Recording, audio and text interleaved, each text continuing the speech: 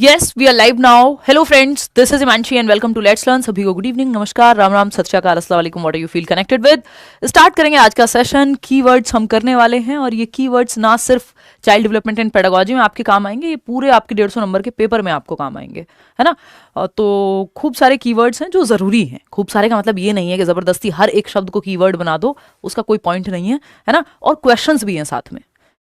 कई कीवर्ड्स पे मैंने एक से ज्यादा क्वेश्चंस भी रखे हुए हैं ताकि थोड़ी और क्लैरिटी मिले। देखिए, कीवर्ड्स के कभी भी रट्टे नहीं लगाने होते, उसको कॉन्टेक्स्ट में समझना होता है, संदर्भ में समझना होता है। नहीं तो अगर आपने सिर्फ आंख बंद करके याद कर लिया तो हो सकता है वही शब्द जो पॉजिटिव आपने याद किया था कह करके, आपके गुरुजी ने या गुरु माता ने व्हाटएवर आपको याद कराया था कि ये एकदम पॉजिटिव शब्द, ये नेगेटिव शब्द, ये पॉजिटिव टैग वर्ड, ये नेगेटिव टैग वर्ड, वो बैंड बजा दे आपकी पेपर में, आप पूरा पेपर गड़बड़ करके आ जाएं। क्यों? क्योंकि आपने पढ़ के ही नहीं देखा कि किस कॉन्टेक्स्ट में, किस संदर्भ में कहानी कही गई है ना। सेम बात सही और गलत दोनों हो सकती है, बस संदर्भ का, कॉन्टेक्स्ट का, तरीके का फर्क हो सकता है, कहने का भी, सुनने का भी, पढ़ने का भी। समझ रहे हो बात को? तो स्टार्ट करें आज की कहानी। थोड़े से लेट हैं ही, आप जानते ही हैं, है ना, बट आए हैं, ये भी एक अच्छी बात है। पढ़ लेंगे, कई लोग जो है कल देख लेंगे, जो लोग अभी रात को जल्दी सो जाते हैं। एनीवे, शुरू करते हैं कहानी। कुछ 27 सवाल हैं, मैं आपको पहले ही बता देती हूँ, लेकिन इनफ कीवर्ड्स आपके हो जाएंगे, कुछ नए कुछ पुराने क्वेश्चंस। अगर हमने पहले भी जो कीवर्ड्स किए हुए हैं, क्योंकि ऐसा तो है नहीं रातों रात सारे कीवर्ड बदल गए, अब पिछले पेपर में जो कीवर्ड आए थे वो आए नहीं, फिर वो किस बात के कीवर्ड जो हर बार बदल जाएं, है ना। तो वो क्या क्या ही उस चीज का कोई पॉइंट है ना। कोई गाने की लाइन याद आ रही थी, फिर मैंने सोचा रहने देती हूँ, ज्यादा भावनाओं में नहीं बहते हैं। तो हम इनको पॉजिटिव और नेगेटिव के कैटेगरी में रखते हैं कि कुछ कीवर्ड्स हैं जो पॉजिटिव मानते हैं हम, कुछ को नेगेटिव मानते हैं।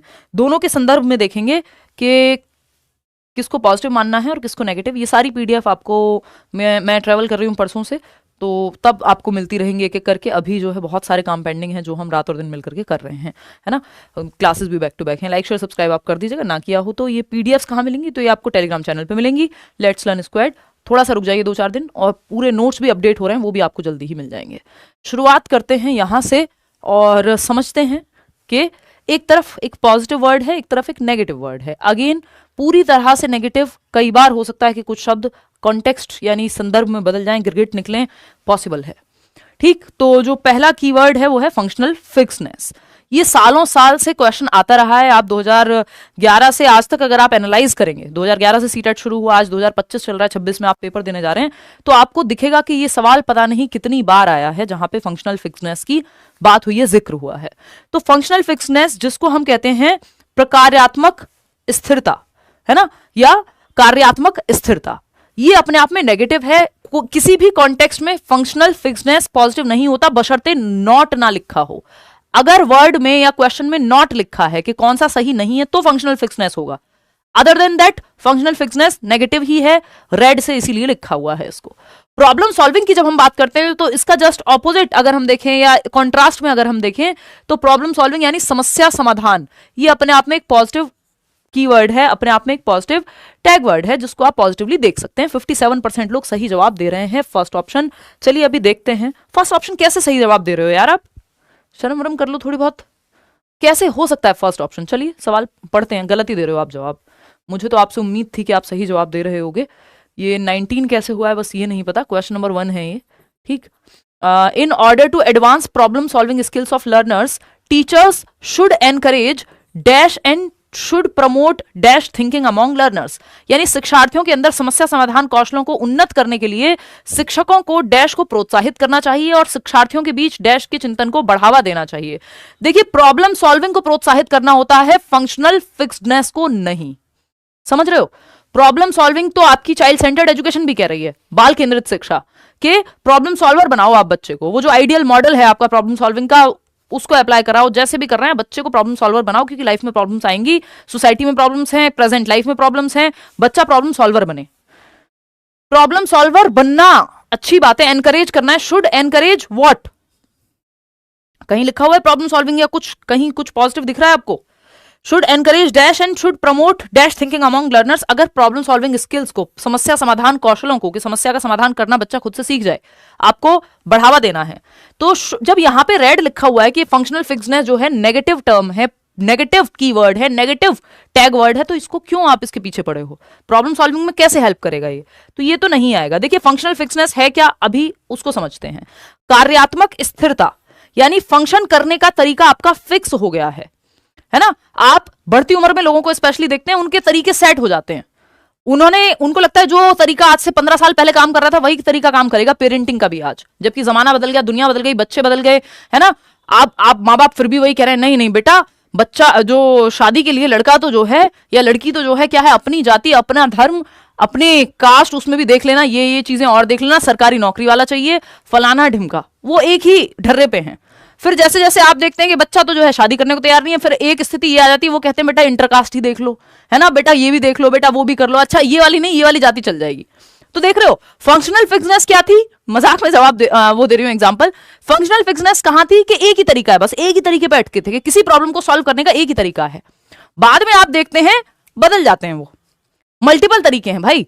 तो फंक्शनल फिक्सनेस है कि कुछ भी समस्या है बस फोन की वजह से हो रही है ना, एक ही तरीके से किसी प्रॉब्लम को सॉल्व करेंगे। हमेशा क्या एक ही तरीका काम करेगा सारी प्रॉब्लम को सॉल्व करने पे? कि आज से 50 साल पहले जो तरीका काम कर रहा था वही तरीका काम करेगा? आज से 50 साल पहले जिस करियर की हम बात कर रहे हैं वो करियर एग्जिस्ट भी नहीं करता था। अगर मैं और आप ऐसे कनेक्ट होकर के यूट्यूब पर पढ़ाई हो सकती है, कहां, कौन सा यूट्यूब 50 साल पहले और कौन सा ये वाला करियर, है ना, कौन यूट्यूबर, है ना, या कौन यूट्यूब एजुकेटर। तो अगर सेम तरीके पे चलते रहेंगे, नहीं नहीं पढ़ाई तो सिर्फ ऑफलाइन ही होगी, तो ये फंक्शनल फिक्सनेस है, ये समस्या के समाधान में बाधा बनेगी कि कोई भी प्रॉब्लम आपके सामने है और आप एक ही तरीके से सॉल्व करना चाहते हैं। प्रॉब्लम सॉल्विंग में फ्लेक्सिबिलिटी होनी चाहिए, मल्टीपल तरीके आप अपनाएं, तो ये तो नेगेटिव हो जाएगा। प्रॉब्लम सॉल्विंग इससे तो नहीं होने वाली। डाइवर्जेंट थिंकिंग पॉजिटिव है कि कई दिशाओं में सोचना, लेकिन क्योंकि एक ऑप्शन नेगेटिव है तो कैसे प्रॉब्लम सॉल्विंग में बाधा बनेगा? ये तो फंक्शनल फिक्सनेस नहीं प्रमोट कर सकते। फंक्शनल फिक्सनेस एनकरेज फंक्शनल फिक्सडनेस, कार्यात्मक स्थिरता को एनकरेज नहीं कर सकते, डिस्करेज करना है, क्योंकि इस पे बच्चा अटक जाएगा। ये रिजिडिटी है एक तरह की, है ना, कि आप मल्टीपल तरीके देख ही नहीं रहे हो, तो ये तो पॉसिबिलिटी नहीं है। डाइवर्जेंट थिंकिंग पॉजिटिव है, लेकिन आपको दोनों पॉजिटिव चाहिए भाई। डाइवर्जेंट थिंकिंग तो चलो दिशाओं में सोचना यहां सही था, तो ये तो नहीं हो सकता। अगर एक भी नेगेटिव है तो दोनों ऑप्शन हमें पॉजिटिव चाहिए थे, है ना। तो आप इसके साथ नहीं जा सकते फर्स्ट ऑप्शन के साथ, ये जो कूद कूद के आप जवाब देने में लगे हुए हैं फर्स्ट ऑप्शन का। सेकंड है मीन्स एंड एनालिसिस। देखिए प्रॉब्लम सॉल्विंग में मीन्स एंड एनालिसिस पॉजिटिव बात होती है, जैसे डाइवर्जेंट थिंकिंग पॉजिटिव होती है कि दिशाओं में सोचना, अपसारी चिंतन। तो ये अपसारी चिंतन पॉजिटिव है, साधन अंत विश्लेषण पॉजिटिव है, लेकिन ये अभिसारी चिंतन प्रॉब्लम सॉल्विंग के लिए बाधा बनता है। कार्यात्मक स्थिरता बाधा बनती है। तो अगर एक भी ऑप्शन नेगेटिव है तो हम इसके साथ नहीं जा सकते। मीन्स एंड एनालिसिस होता है एक बड़ी सी प्रॉब्लम है, उसको टुकड़ों में तोड़ करके आप साधन बना रहे हैं, टुकड़ों में तोड़ करके प्रोसेस के थ्रू जाना, एक बड़ी प्रॉब्लम जो कि साध्य है उस तक पहुंचने के लिए। भाई आपको पेपर क्लियर करना है, तो आप देख रहे हैं कि 15 नंबर में 5 नंबर में इंक्लूसिव एजुकेशन कर लूंगी, 10 नंबर में ये कर लूंगी, ये चीज यहां से पढ़ लूंगी, तो आप पार्ट्स में तोड़ रहे हैं एक बड़ी प्रॉब्लम को कि पेपर क्लियर हो जाए, जो कि अच्छी बात है। Means and analysis problem solving में हेल्प करता है। वर्बलाइजेशन, क्योंकि कन्वर्जेंट थिंकिंग हेल्प नहीं करती, यानी सिकुड़ते हुए दायरों में सोचना, दिशाओं में सोचेंगे तो अच्छा होगा। Verbalisation is good, verbalisation is a positive thing, कि आप वर्बलाइज कर रहे हैं, मौखिकीकरण, अपनी प्रॉब्लम को और डिटेल में समझ रहे हैं। जब आप खुद से बात करते हैं, प्रॉब्लम को समझते हैं, खुद से बोल बोल के कई बार आप चीजें खुद को ही समझा रहे होते हैं, तो आपकी प्रॉब्लम सॉल्व होने में हेल्प होती है। ये बात एकदम सही है। आप जैसे प्राइवेट स्पीच भी क्या है, डायरेक्शन देती है व्यक्ति को, तो मौखिकीकरण वैसा ही है।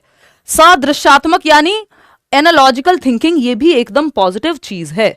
तो ये दोनों ही पॉजिटिव हमें नजर आ रहे हैं कि प्रॉब्लम सॉल्विंग में एनालॉजिकल थिंकिंग और वर्बलाइजेशन हेल्प करेंगे, है ना। कितने लोग हैं जो थर्ड ऑप्शन दे रहे हैं, देखना राहुल, 25% मात्र। बताओ, ये इतना प्यारा सा क्वेश्चन है, जमानों से analogical thinking, means and analysis, problem solving, functional fixedness, divergent thinking, convergent thinking, जमानों से आते रहे हैं जब से सीटेट एग्जिस्ट करता है, और इसमें आप गलती कर रहे हैं क्योंकि 2 फिल इन द ब्लैंक दे दिया आपको, आप घबरा गए।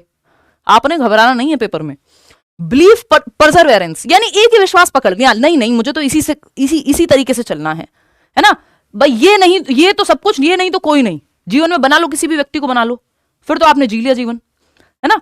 तो एक ही तरीके पे अटक नहीं जाना है कि बस यही है, उससे प्रॉब्लम सॉल्व नहीं होगी, वो प्रॉब्लम सॉल्विंग का बहुत अच्छा तरीका नहीं है।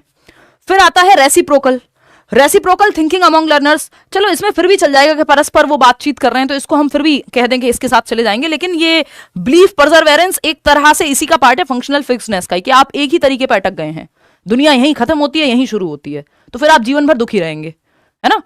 समझ रहे हो? तो इसमें कहां समस्या आ रही है मुझे ये बताओ, क्लियर है ये? क्लियर है, कोई बात नहीं। देखो, तो हमें फंक्शनल फिक्सनेस के साथ नहीं जाना, ये अपने आप में नेगेटिव टर्म है जब तक नॉट ना लिखा हो। प्रॉब्लम सॉल्विंग की तरफ जाना है, प्रॉब्लम सॉल्व करनी है, जिसमें means and analysis is a good thing. Functional fixedness के साथ आप मीन्स एंड एनालिसिस अच्छा है, डाइवर्जेंट थिंकिंग अच्छा है, एनालॉजिकल थिंकिंग। एनालॉजी क्या होती है? वर्बलाइजेशन तो हमने आपको बता दिया कि भाई आप वर्बलाइज करके समझ रहे हैं उस समस्या को, मौखिकीकरण करके, खुद से बोल करके, लिख करके, जैसे भी एक्सप्लेन करके अपने आप को। मौखिकीकरण में क्या होता है? वर्बलाइज कर रहे हैं, आप समझ रहे हैं, वर्बली समझने की कोशिश कर रहे हैं, खुद से बात कर रहे हैं मे बी, है ना। There are multiple ways of verbalisation also. Analogical thinking है, समानता ढूंढ रहे हैं कि कभी आपने इस तरह की कोई समस्या सॉल्व की थी, उसमें आपने ये कॉमन चीजें लगाई थी और वो कॉमन चीजें उठा करके आप नई सिचुएशन में लगा रहे हैं। तो एनालॉजी अच्छी होती है, समानता अच्छी होती है। जैसे मैं कहूं हमारी आंख कैमरे के जैसी है, तो ये एनालॉजी है, समानता मैंने ड्रॉ की है दो चीजों में, है ना, कि हेलीकॉप्टर और बर्ड के उड़ने में समानता है, दो अलग चीजें हैं लेकिन समानता उड़ने में है। तो ये जो एनालॉजिकल थिंकिंग है ये हेल्प करती है, समानता, कुछ चीजों की समानता आपको ढूंढनी होती है जो प्रीवियसली आपके लिए काम की गई हूं, काम करी हूं किसी भी चीज में, समझ रहे हो। तो ये फंक्शनल फिक्सनेस एकदम नेगेटिव टर्म है। कन्वर्जेंट थिंकिंग भी कोई हेल्प नहीं करती आपकी प्रॉब्लम सॉल्विंग में। Problem solving is good, problem solving को बढ़ावा देना है आपको। आपका मीन्स एंड एनालिसिस पॉजिटिव है, यानी पार्ट्स में तोड़ के समस्या का समाधान ढूंढना, वर्बलाइजेशन, एनालॉजिकल थिंकिंग, ये सब पॉजिटिव है। आगे बढ़ेंगे नेक्स्ट क्वेश्चन पे। क्वेश्चन नंबर 2 देखिएगा, कंपटीशन को बढ़ावा नहीं देना। कंपटीशन एक रेड फ्लैग है आजकल के जमाने में, आप जानते ही हैं, रेड फ्लैग ग्रीन फ्लैग का जमाना है ना। रेड फ्लैग मतलब खराब, दूर जाना है आपको, ऐसी चीजों से बचना है जीवन में। और ग्रीन फ्लैग या ग्रीन फॉरेस्ट टाइप की चीजों के पास आपको जाना है। तो ग्रीन फ्लैग जो है हमारे यहाँ कोऑपरेशन मानते हैं हम एजुकेशन में, यानी सहयोग देना या सहयोग करना। बच्चों को अगर आप सहयोग करना सिखा रहे हैं तो एक ग्रीन फ्लैग बात है, यानी पॉजिटिव टर्म है, पॉजिटिव कीवर्ड है, पॉजिटिव टैग वर्ड है। इसके साथ आपको चले जाना है पेपर में अगर कुछ समझना आ रहा हो तो। कोऑपरेट करना कभी भी नेगेटिव नहीं होगा, प्रॉब्लम सॉल्वर बनाना बच्चे को नेगेटिव नहीं होगा, लेकिन कॉम्पीट कराना बच्चे को, कॉम्पिटिशन को बढ़ावा देना, आपका फंक्शनल फिक्सनेस को बढ़ावा देना, ये सब नेगेटिव बातें हैं। कंपटीशन यानी प्रतिस्पर्धा, इससे आपको बचाना है बच्चे को। कट थ्रोट कंपटीशन नहीं कराना है, गला काट प्रतिस्पर्धा। कंपटीशन कराइए बच्चे का खुद से, ना कि उसके दोस्तों से या बाकी बच्चों से। तो क्वेश्चन पढ़ लेते हैं। Cooperative learning strategies focus on, यानी सहयोगात्मक अधिगम शैलियां जो हैं वो किस बात पे फोकस करती हैं? सहयोगात्मक मतलब जहां बच्चे ग्रुप में एक दूसरे का सहयोग करके सीख रहे हो। पहला ऑप्शन है students competing with each other. हमने तो देख लिया ऊपर पहले ही कि कंपटीशन क्या है। कंपटीशन जो है एकदम नेगेटिव टर्म है, विद्यार्थियों को आपस में प्रतिस्पर्धा कराना कोई बहुत अच्छी बात नहीं है। अब कई लोग कहेंगे कंपटीशन तो हमें बेटर बनाता है, कंपटीशन से तो हम अच्छे बन जाते हैं, फलाना ढिमका ये वो। देखिए कुछ लोगों के लिए ये बहुत अच्छा कारगर हो सकता है, लेकिन अंत में कंपटीशन का ऐसा कोई बाद में लड्डू नहीं मिलते। लॉन्ग रन में बच्चे के अंदर जो नेचुरल टैलेंट है वो दब जाता है कई बार। तो कुछ लोगों के लिए अच्छा हो सकता है, या हेल्दी कंपटीशन को आप थोड़ा बहुत प्रमोट कर सकते हो, बट पेडागोजिकली हम इसको बहुत पॉजिटिव नहीं मानते हैं, नेगेटिव ही मानते हैं हम कंपटीशन को। ठीक, तो students helping one another to learn, ये बात सही है। कोऑपरेशन, सहयोग, कोलैबोरेशन, कोऑपरेशन, ये शब्द जो है आपके लिए अच्छे हैं कि बच्चे सहयोग, प्रोजेक्ट वर्क कर रहे हैं ग्रुप में, किसी प्रॉब्लम को सॉल्व कर रहे हैं, तो अच्छा है। साइंटिस्ट मिलकर जो है मिशन ग्रुप में करते हैं, है ना। स्पाई वो लोग भी ग्रुप में काम करते हैं, अभी मूवी आई है धुरंधर। ठीक, students maintaining silence in the class, यानी बच्चे जो है साइलेंस बना करके रखे हों। अगर क्लास में सिर्फ शांति है, किसी भी वजह से कोई बहुत अच्छी क्लास नहीं है, क्लास में थोड़ी चहल पहल होनी चाहिए, बातचीत होनी चाहिए। फिर आता है students listening to teacher patiently, यानी टीचर को बस बात सुन रहे हैं। यहां पे बात क्या थी आपको समझ आई गई कि हम कंपटीशन को नहीं कोऑपरेशन को बढ़ावा दें, तो कोई भी और ऑप्शन यहां जमता ही नहीं है। फिर आता है परफॉर्मेंस गोल्स और मास्टरी गोल्स या अप्रोच, इसको हम कह देते हैं। एक सवाल इस पर निश्चित रूप से आता है, ठीक है ना। परफॉर्मेंस गोल्स नेगेटिव मानते हैं हम, परफॉर्मेंस अप्रोच फर्स्ट आना नेगेटिव मानते हैं हम, मास्टरी अप्रोच हम पॉजिटिव मानते हैं, क्योंकि आप मास्टर बनने पे ध्यान दे रहे हैं ना कि नंबर लाने पे। परफॉर्मेंस गोल में आप परफॉर्मेंस पे जोर देते हैं कि फर्स्ट आना है मुझे, कुछ भी करके चतुर रामलिंगम की तरह 3 इडियट में, है ना, चाहे चमत्कार को बलात्कार बोल रहे हो लेकिन फर्स्ट आना है, बस चाहे रट्टा लगा दें। रोट रटंत विद्या चलंत नहीं, सिंपल बात। परफॉर्मेंस गोल में कुछ भी करके फर्स्ट आना आपका लक्ष्य होता है, और मास्टरी गोल में आपको मास्टर बनना है, जैसे वो रेंचो का कैरेक्टर था 3 इडियट में, जो कि फुनसुक वांगडू की अगर हम बात करें। ठीक, चलिए पोल चेंज नहीं किया गया, अच्छा ठीक है। तो 61% लोग ए कह रहे हैं। तो a student is reading books to satisfy her curiosity about certain concepts, this is an example of, यानी एक बच्चा है जो अपनी क्यूरियोसिटी को सेटिस्फाई करना चाहता है, यानी जिज्ञासा को शांत करना चाहता है। उसके मन में इच्छा है कि यार ये तारे नीचे क्यों नहीं गिरते हैं, ये जिज्ञासा है, तो अब वो जानने की कोशिश कर रहा है, इसलिए वो पढ़ रहा है, किसी वेबसाइट पे जाकर के कोई किताब पढ़ रहा है, मम्मी पापा से क्वेश्चन पूछ रहा है, वॉटेवर। तो वो अपनी जिज्ञासा को, क्योंकि जो चाइल्ड सेंटर्ड एजुकेशन है वो कह रही है बच्चे में 3 चीजें जन्म से हैं कि बच्चा क्यूरियोसिटी रखता है, जिज्ञासा रखता है, इसीलिए बहुत सारे सवाल पूछता है, हम उसकी जिज्ञासा को मार देते हैं। बच्चा क्रिएटिविटी यानी कुछ नया करने की क्षमता रखता है, और बच्चा एबिलिटी टू लर्न यानी हर बच्चा सीख सकता है बशर्ते आपको सिखाना आता हो। तो ये CCL, ये 3 चीजों को आपको ध्यान में रखना है। तो यहाँ पे 1 मिनट में किसी का क्वेश्चन पढ़ लेती हूँ। तो यहाँ पे आपको पहचानना है फटाफट से। 73% लोग कह रहे हैं मैम टेट 10 टाइम्स क्लियर हुआ है, गवर्नमेंट सर्विस हुआ है, आपके वीडियो बहुत अच्छे हैं, थैंक यू शाहिद। बट 10 बार दिया क्यों यार, इतने पैसे क्यों बर्बाद कर रहे हो, हैं? ये कौन सा शौक है टेट देने का? एनीवे, बहुत बढ़िया, कॉन्ग्रेचुलेशंस। देखिए, तो अगर हम बात करें, एक छात्रा अपनी कुछ अवधारणाओं के बारे में जिज्ञासा शांत करने के लिए किताबें पढ़ रही है, ये किसका उदाहरण है? परफॉर्मेंस गोल का, या अप्रोच गोल भी बोलते हैं इसको। तो आप लोग गलत जवाब दे रहे हैं यहाँ पे कि परफॉर्मेंस, ये अप्रोच ओरिएंटेड मास्टरी गोल, अवॉइडेंस ओरिएंटेड मास्टरी गोल, या अप्रोच ओरिएंटेड परफॉर्मेंस गोल। सही तो दे रहे हो यार, आप लोग सही जवाब दे रहे हो, गुड। तो अगर हम देखें, देखिए अवॉइडेंस ओरिएंटेड में क्या होता है, आप फेलियर से बचना चाहते हैं, किसी तरह से 33% नंबर आ जाए, 60 नंबर आ जाए, पास हो जाऊं बस। वो जो राजू रस्तोगी का कैरेक्टर था उसमें 3 इडियट्स में, कि बस पास हो जाऊं। अप्रोच ओरिएंटेड परफॉर्मेंस गोल, इसमें आपको फर्स्ट आना है, तो ये भी पॉजिटिव नहीं है। अवॉइडेंस ओरिएंटेड परफॉर्मेंस गोल, अगेन आप अवॉइड करना चाह रहे हैं, तो ये भी कोई बहुत हम इसको अच्छा मानते नहीं है। तो यहां पे बचा क्या पॉजिटिव, यहां पे बचा क्या पॉजिटिव, यहां पे simple approach oriented mastery goals. Approach oriented mastery goals यानी आप अप्रोच तो रख रहे हैं, परफॉर्मेंस कर रहे हैं, लेकिन मास्टरी के लिए, है ना? जो आपका सेंटर है मोटिवेशन का वो मास्टरी है। इसमें एक होता है अप्रोच, दूसरा है मास्टरी, तीसरा है अवॉइडेंस, फेलियर अवॉइडेंस। फेलियर से बचने के लिए आप कोई काम कर रहे हैं वो भी अच्छा नहीं है, परफॉर्मेंस या सिर्फ नंबर लाने के लिए कर रहे हैं वो भी अच्छा नहीं है, मास्टरी वाला बेस्ट है। तो मास्टरी गोल्स अच्छे हैं, या मोटिवेशन का तरीका मास्टरी हासिल करने का अच्छा है, बजाय कि आपका इसका परफॉर्मेंस का। बात सही है। CCE पे कराऊंगी यार एक सेशन, आगे चल के अब नए साल में ही करेंगे। तो अचीवमेंट गोल ओरिएंटेशन जो है यहाँ पे, आप इसको ऐसे भी देख सकते हो कि अचीवमेंट या अप्रोच में मास्टरी की जब हम बात कर रहे हैं तो ये पॉजिटिव है, ये दोनों नेगेटिव हो जाते हैं। फेलियर अवॉइडेंस, बस किसी तरह से पास हो जाऊं, फेल ना हो जाऊं, वो जान देने के लिए अपनी तैयार हो जाता है, उसको बचा लेते हैं, उसके दोस्त जाने नहीं देंगे अभी, है ना? और ये तो भाई साहब हैं ही परफॉर्मेंस अप्रोच वाले, इनको फर्स्ट आना है कुछ भी करके, चाहे रटना पड़े। और इनको फेलियर से बचना है किसी तरह से, इनको ना फेलियर की पड़ी है ना परफॉर्मेंस की पड़ी है, इनको लर्निंग की पड़ी है कि मुझे सीखना है, तो ये बेस्ट है। इसको आप मास्टरी ओरिएंटेशन, तो ऐसे गोल्स जो मास्टरी ओरिएंटेशन रखते हैं वो बढ़िया है। ठीक है, बात क्लियर है? हंसते बहुत हो यार आप लोग, गलत बात। देखिएगा, मजाक कर रही हूँ, हंसते रहा करो, कोई नहीं। समेटिव असेसमेंट, देखिए समेटिव असेसमेंट अपने आप में नेगेटिव या पॉजिटिव उतना नहीं होता, लेकिन अगर सिर्फ समेटिव असेसमेंट लिखा हो तो नेगेटिव हो जाएगा, है ना? समेटिव असेसमेंट ओनली अगर लिखा है तो गड़बड़ होनी निश्चित है। ठीक है, इसको थोड़ा सा हाँ ऐसे काम चलाएंगे, कैसे काम चलाओगे भाई, देखिएगा। हाँ, तो समेटिव असेसमेंट यानी योगात्मक मूल्यांकन। समेटिव असेसमेंट ओनली लगा दो आगे, तो जब ओनली लगा हुआ है तो इसका मतलब 100% नेगेटिव हो जाएगा। एक तो ये ओनली वर्ड ही अपने आप में नेगेटिव होता है पूरी पेडागोजी में, है ना?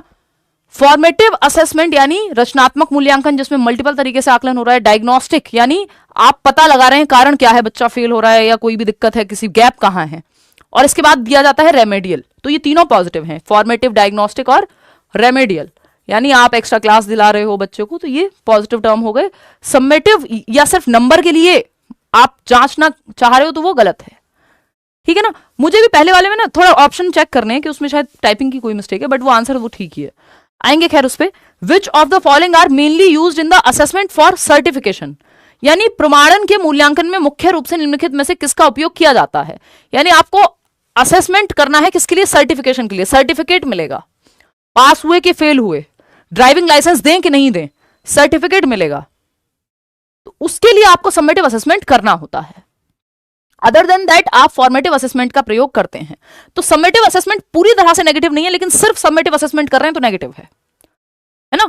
क्योंकि फॉर्मेटिव, डायग्नोस्टिक, रेमेडियल ये ज्यादा बेहतर है, इसमें फीडबैक ज्यादा मिलता है, ये जजमेंट के लिए जनरली हम यूज करते हैं। तो टर्म एंड एग्जामिनेशन सर्टिफिकेट के लिए ही होते हैं, बिल्कुल सही बात है। समेटिव एग्जामिनेशन सर्टिफिकेट के लिए ही होते हैं। Formal and informal observation in class, क्या आप बच्चे को फॉर्मली ऑब्जर्व कर रहे हैं, कोई एक्टिविटी दी आपने और आप उसको ऑब्जर्व कर रहे हैं, ये फॉर्मल ऑब्जर्वेशन है कि उसको पता है कि ये साइंस एक्सपेरिमेंट करते हुए टीचर मुझे देखेगा और उस हिसाब से नंबर मिलेंगे। इनफॉर्मल है, बच्चा स्कूल के मैदान में खेल रहा है, आप बस ऑब्जर्व कर रहे हैं, तो ये फॉर्मेटिव का पार्ट है। ये फॉर्मेटिव का पार्ट है। डायग्नोस्टिक इवैल्यूएशन भी अपने आप में ये पॉजिटिव है, और ये समेटिव का पार्ट नहीं है। ये नंबर देने के लिए नहीं होता, ये बच्चे की जांच करने के लिए, निदान करने के लिए कि कारण क्या है वो पता करने के लिए होता है।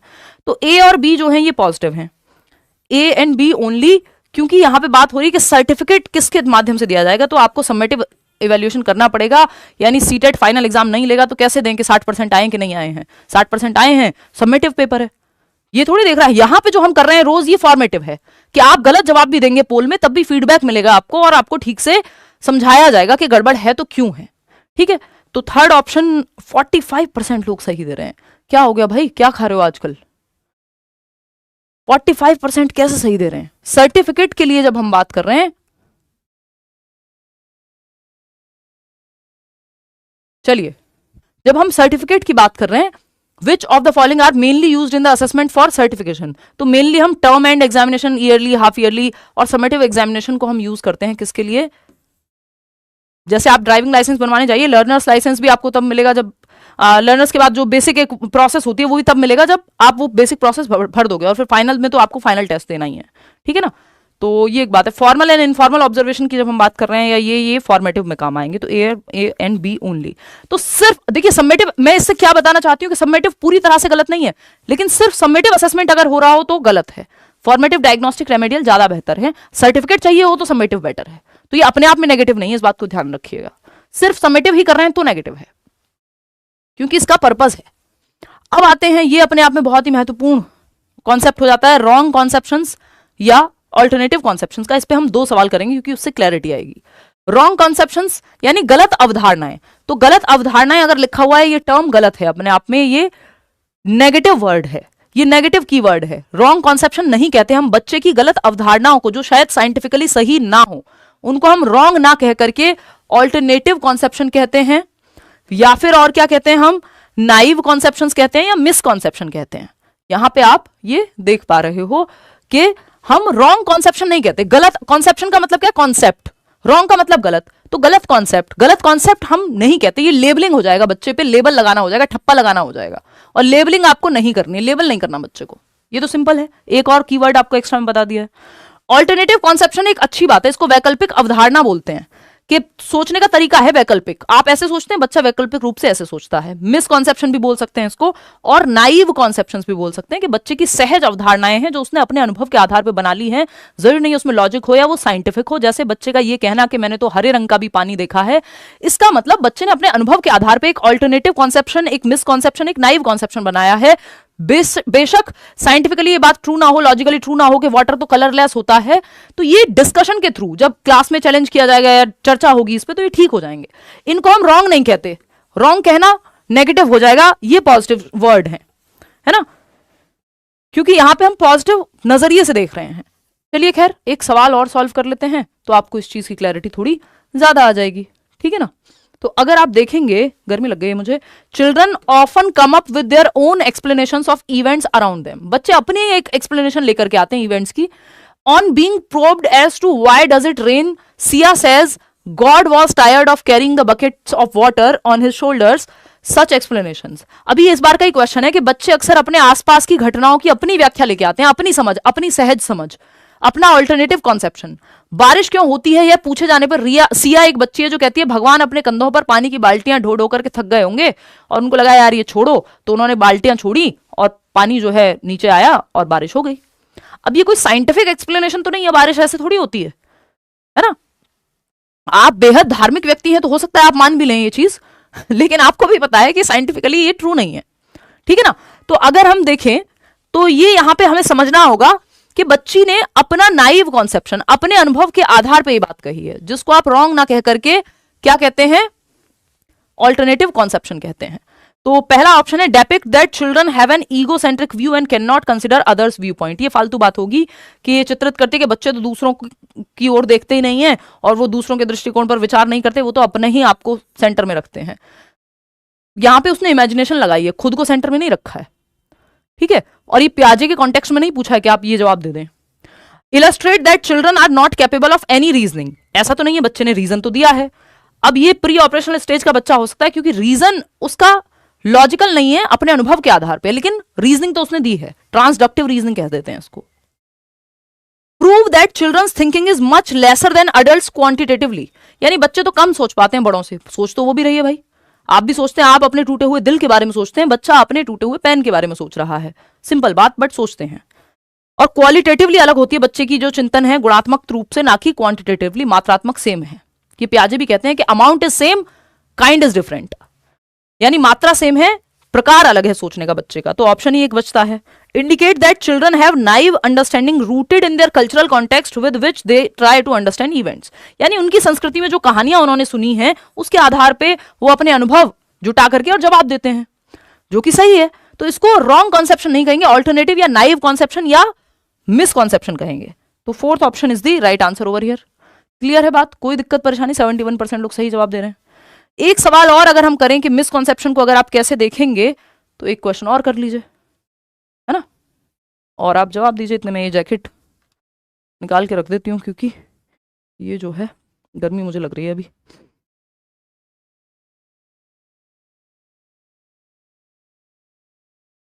चलिए, बहुत खुशी की बात है।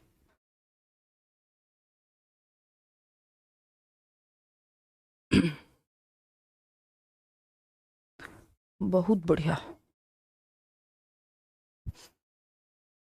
स्टूडियो में लाइट्स बहुत ज़्यादा होती हैं, इसलिए जो है हीट बन जाती है, और एसी आजकल हम चलाते नहीं हैं क्योंकि आपको पता ही है दिसंबर चल रहा है, तो एसी चलाने में फिर से कोल्ड हो जाएगा।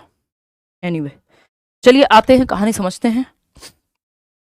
बी ऑप्शन आप लोग कह रहे हैं, देख लेते हैं।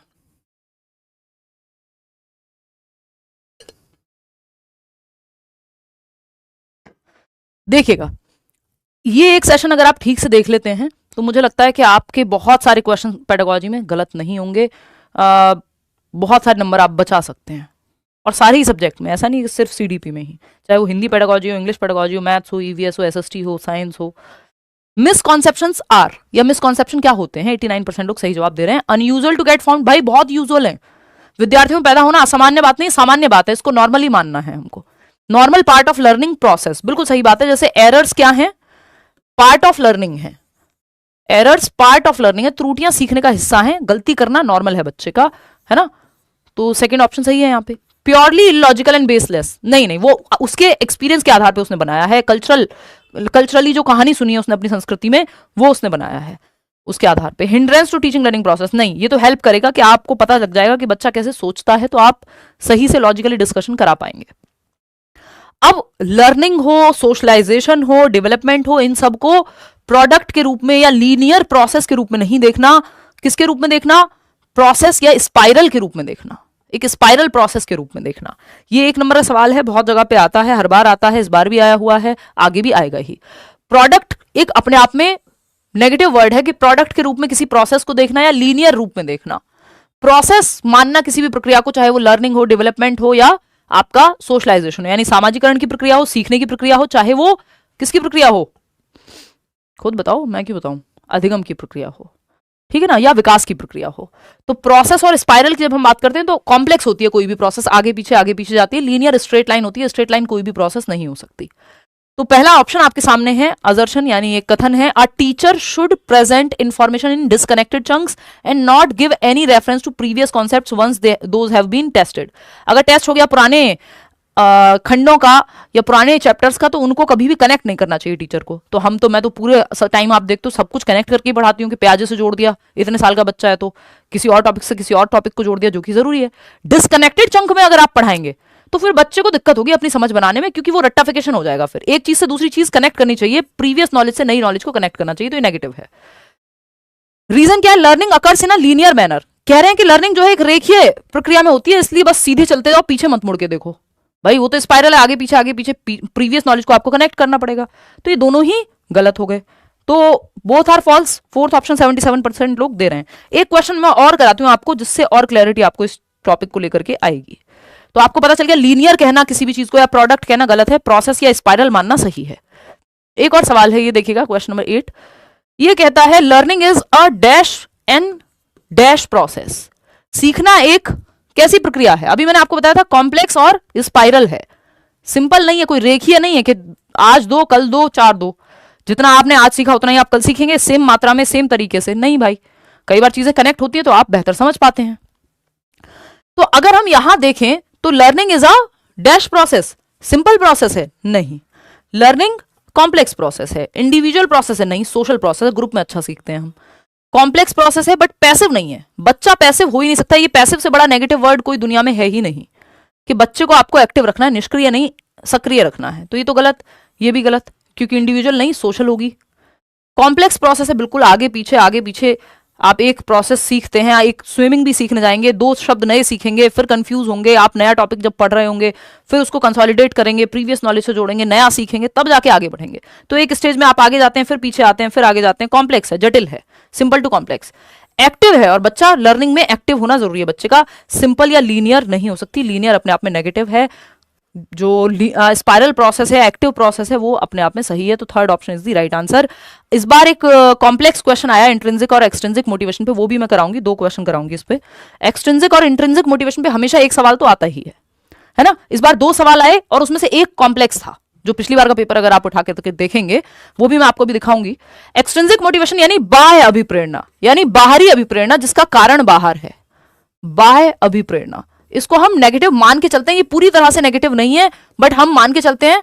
और दूसरा, हम बच्चे को बढ़ावा देने की जब बात करते हैं तो हम कहते हैं बच्चे में इंट्रिंसिक मोटिवेशन को बढ़ावा दो, ना कि एक्सट्रिंसिक को। इंट्रिंसिक मतलब आंतरिक, जिसका कारण जो है वो अंदर है, जैसे आपको कोई चीज सीखने में अच्छा लगता है, वो जॉय ऑफ लर्निंग है, तो ये इंट्रिंसिक मोटिवेशन है ना। जो सब्जेक्ट आपको पसंद है, आप खुद से पढ़ रहे हैं, चाहे नंबर मिले आपको या ना मिले, पेपर में आए या ना आए, हो सकता है आपको किसी को नॉवल पढ़ने का शौक हो, बस शौक है, उससे नंबर मिलेंगे, कहीं पे कोई कुछ मिलेगा नहीं, रिवॉर्ड मिलेगा नहीं। तो एक्सट्रिंसिक मोटिवेशन की जब हम बात करते हैं, या मैं बैडमिंटन अगर मैं पसंद करती हूं तो उसका कोई बाहरी कोई रीजन नहीं है, जब मौका मिला खेल लिए, क्रिकेट पसंद है तो मौका मिला खेल लिए, ठीक है ना। क्या कह रहे हो क्वेश्चन लेवल को लेके? 1 मिनट रुको जरा मैम, क्वेश्चन लेवल थोड़ा हाई कीजिए। यहाँ पे क्वेश्चन का लेवल इंपॉर्टेंट नहीं है भाई, ये इस बार के भी क्वेश्चन हैं ज्यादातर तो, है ना, और नए पुराने सब। अभी आपसे जवाब नहीं दिया जा रहा था, अभी एक बेसिक सा क्वेश्चन था पीछे, ठीक है ना।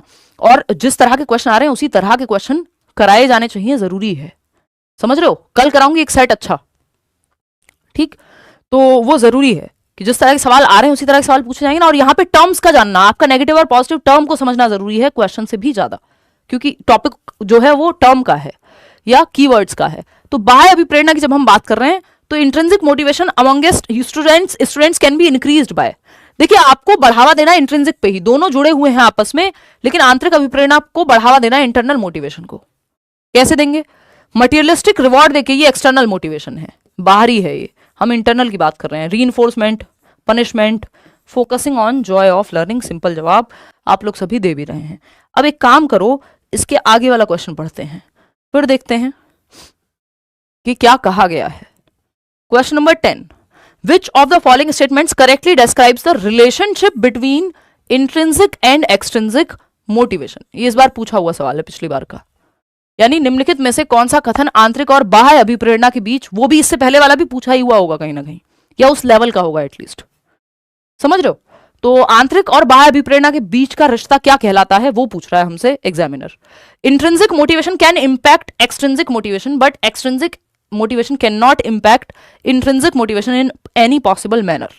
ये कहना क्या हो जाएगा? गलत हो जाएगा। अब आप इसमें घूम गए हैं।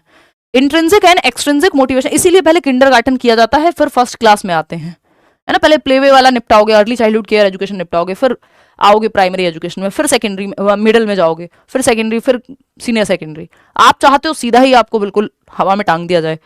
तो ये कहना कि आंतरिक अभिप्रेरणा बाह्य अभिप्रेरणा को प्रभावित कर सकती है, लेकिन बाह्य अभिप्रेरणा किसी भी संभावित तरीके से आंतरिक अभिप्रेरणा को प्रभावित नहीं करती, गलत होगा। दोनों एक दूसरे को प्रभावित कर सकती हैं। हम ये कहते हैं, ये हम इससे पहले भी बात करते थे कि भाई बाह्य अभिप्रेरणा पुश स्टार्ट के जैसी है, कि धक्का देके गाड़ी स्टार्ट कर दिया आपने, कि बच्चों को कोई काम शुरू कराना था, उसको कहते तेरे को ये मिलेगा भाई शुरू कर दे, लेकिन जब तक उसको मजा नहीं आएगा वो करने में, Joy of learning, internal motivation नहीं मिलेगी साथ में, तो वो लॉन्ग रन में आगे नहीं जाएगा। तो किसी काम को शुरू कराने में बीच बीच में थोड़ा सा मोटिवेट करने के लिए एक्सटर्नल रिवॉर्ड वगैरह आप यूज कर लेते हैं, अदरवाइज करना नहीं है। Intrinsic and extrinsic motivations can both impact an individual's behavior, but they operate independently of each other. ऐसा नहीं है कि बिल्कुल स्वतंत्र हैं। कई बार आप इंट्रिंसिकली मोटिवेटेड होते हैं, फिर आपको अवार्ड मिलता है, तो आप एक्सटर्नली भी मोटिवेटेड हो जाते हैं, ठीक है ना। Intrinsic and extrinsic motivations can interact with each other in complex ways, with one type of motivation affecting the other. आंतरिक और बाह्य अभिप्रेरणाएं एक दूसरे के साथ जटिल तरीके से अंतःक्रिया कर सकती हैं, जिसमें एक प्रकार की अभिप्रेरणा दूसरे को प्रभावित करती है। कि इंटरनल और एक्सटर्नल मोटिवेशंस जो हैं वो इंटरेक्ट करती हैं बहुत ही कॉम्प्लेक्स तरीके से। आपको हो सकता है आपको टीचिंग बहुत पसंद हो, या मुझे थी, मैंने कई साल फ्री पढ़ाया, पैसे भी आने लगे, तो अच्छा है, कोई बुरा तो है नहीं, है ना। तो इंटरनल और एक्सटर्नल मोटिवेशन जो है दोनों इंटरमिंगल होकर के काम करते हैं, और कई बार एक टाइप की मोटिवेशन जो है दूसरे टाइप की मोटिवेशन को प्रभावित करती है। क्योंकि आपको काम पसंद है, मन नहीं कर रहा होगा, तब भी आप करने आ जाओगे, है ना। कोई बाहरी रीजन हो सकता है कि यार आप लोग वेट कर रहे होगे, आपका पेपर है, हो सकता है मेरा मन ना हो पढ़ाने का, या मैं सोचूं यार रिटायरमेंट ले लेती हूँ, बहुत हो गया। फिर मुझे लगता है, या लोग आसपास जब मिलते हैं तो कहते हैं कि नहीं, बहुत सारे लोगों को फायदा हुआ है, और हमें तो आप ही समझ में आता है, फलाना ढिमका, 50 तरह की चीजें। तो ये सब देखते हुए लगता है यार हाँ, क्वालिटी भी बेटर है।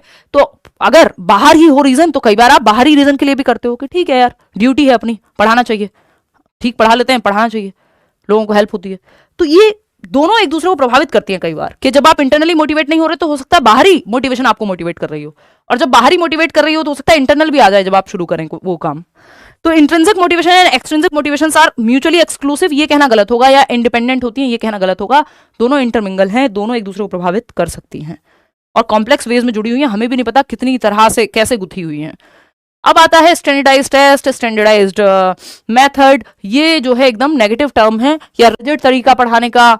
तो स्टैंडर्डाइज्ड, चाहे वो असेसमेंट हो, इंस्ट्रक्शन हो, वो नेगेटिव हम मानते हैं उसको कीवर्ड में या टैग वर्ड में।